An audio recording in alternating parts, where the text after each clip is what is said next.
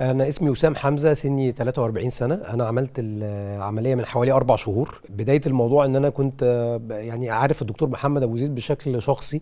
إحنا كنا زمايل في المدرسة من وإحنا صغيرين. فده الحقيقة حاجة شجعتني جدا، دي أول حاجة شجعتني إن الدكتور محمد معرفة شخصية، فأنا بالتالي عارف الجانب الشخصي منه. عارف ازاي قد ايه ان هو كان حد شاطر وحد مجتهد وحد امين.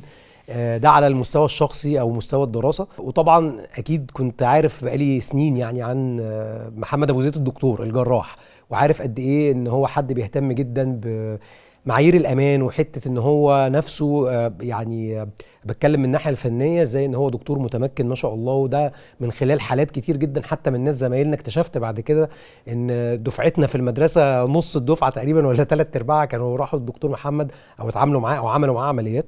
فالجانب الشخصي بالاضافه للجانب الطبي ده شجعني جدا ان انا اتعامل مع الدكتور محمد. في اقل يمكن من 4 شهور حصل فرق عنيف جدا بالنسبه لي، فوق ال 25 او 26 كيلو قدرت ان انا اخسهم من بعد عمليه التكميم. انا عملت عمليه السليف يعني او التكميم، ودي كانت العمليه اللي الدكتور محمد نصحني بيها. ولسه مكمل، يعني هو حاطط لي بلان فوق يمكن ال10 شهور او قرب السنه. انا لغايه دلوقتي ما كملتش لسه نص الفتره، ومع ذلك الحمد لله يمكن في اوفر اتشيفمنت في الهدف او التارجت اللي المفروض اوصل له. فعلا بنصح اي حد كان متردد او متردد زي بالظبط لما انا كنت متردد قبل العمليه انه ما يقلقش وما يخافش.